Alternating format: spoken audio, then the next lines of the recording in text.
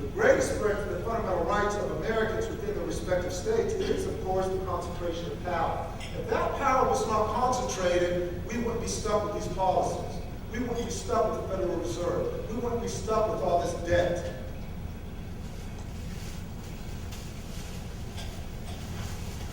That concentration of power has allowed the vanguard of government,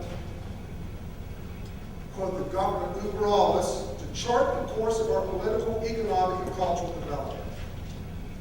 And as reason and history instruct us, that concentration of power will eventually be utilized to oppress and exploit in the worst ways imaginable every one of us and our posterity.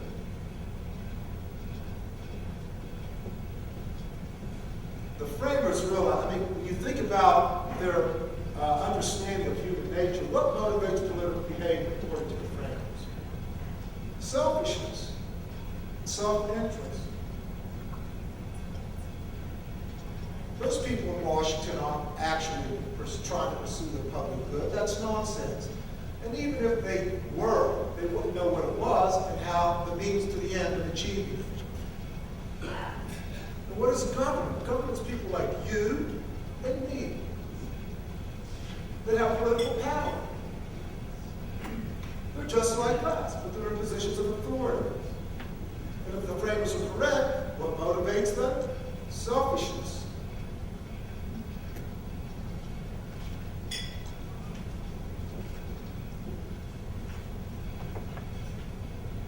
For these reasons, we must not look to the United States government for protection of our fundamental rights.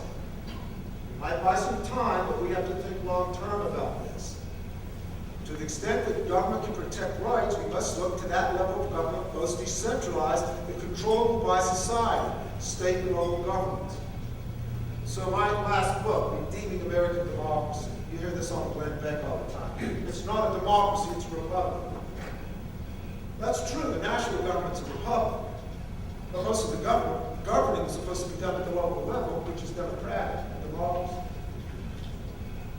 The framers never in the wildest imaginations thought that for the national government. Now remember, we're talking about the 1790s.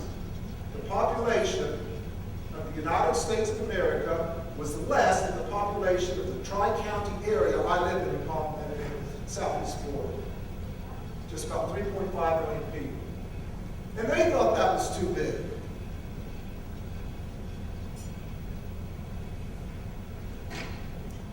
So local government, we have to try to redeem those basic principles, those Jeffersonian principles of local government, local control over local governmental officials. Like I said, I'm not saying this is going to happen, but I think that's the only real solution. And this does not mean that state and local governments are to be held harmless. They too are very problematical. They're tyrannical at times. But decentralized power is much less a match for the politically virtuous citizenry, able and ready to protect their interests and rights against power-hungry political elites. If you're being controlled by the state, you have much more ability as a free people to control your state government than you do to control the national. I know that from living in Florida, you in Colorado. If it weren't for the federal mandates, we'd have a very different political, economic, social landscape in our respective states. The fundamental premise of our system of Jeffersonian Republican democratic government is that ultimate authority resides with the American people in their respective states.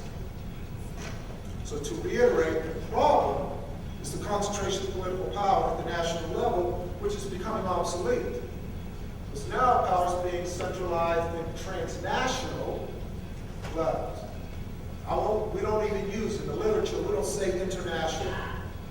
Because the elites don't like the word international. Because it says nation. Think about the word itself. International, relations between nations. They say, no, nations are obsolete. It's transnational. We transcend nations to these other transnational, regional political units. That's why immigration laws aren't enforced. Because neither Bush or Obama or the political class, they don't see a border between the United States and Mexico. But if you look at the UN Charter, there's protocols and such, and treaties, they talk about the human family. They don't talk about nation states anymore. The United States today is in the position of South Carolina was in 1861. We have to secede in many ways from the transnational community. That's what the Green Movement's about, part of it. Taking authority away from the American people and putting your future in the hands of the United Nations. Remember, we're about 5% of the world population. How are they going to treat us? International, transnational politics.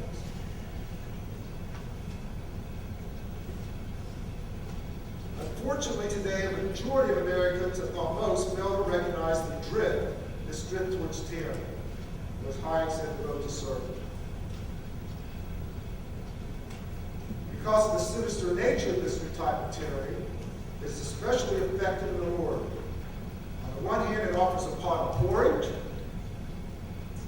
That's why they co-opt us. While on the other, it steals our human dignity and leaves us, in the words of C.S. Lewis, as men without chest. Most of us are willing partners in this takeover. We'd rather be sheep than eagles. This isn't anything new. Machiavelli was writing about this in the 16th century. He was writing to Caesar Borgia, and he was talking about how do we unite Italy? All these crazy, cities. Let's unite Italy back into the Roman Empire. And he's writing to Caesar Borgia, and he says, look, this is the trick. First of all, use fear, not love. Because if you rely on love, then you're dependent upon the people's emotions.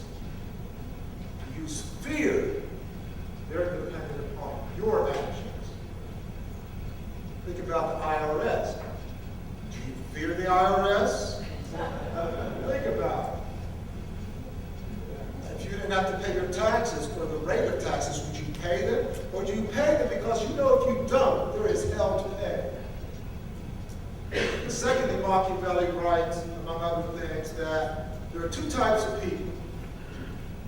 He calls them the princes and the followers. The princes are those with a noble nature. They like power, as Hobbes said, to lord power over other people. They like high culture, art, music, the finer things in life. And then the vast majority are what Machiavelli calls the vulgar. You can control the vulgar if you take care of their basic animalistic instincts, such as sex, food, and shelter. Food includes liquor. And Machiavelli says, make them fear you, but take care of them. Make them respect you based upon the fear. And think about the Circus Maximus that we're, exposed to today. Even what's happening in Washington, God bless them at the Lincoln Memorial. But are they going to really get to the root of the problem? Or they just want to do the same old thing, the same old class, hoping for the best?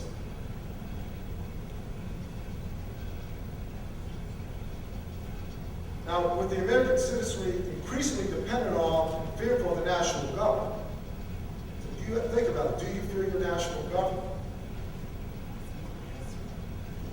Americans blindly follow the national elites down serpent's road.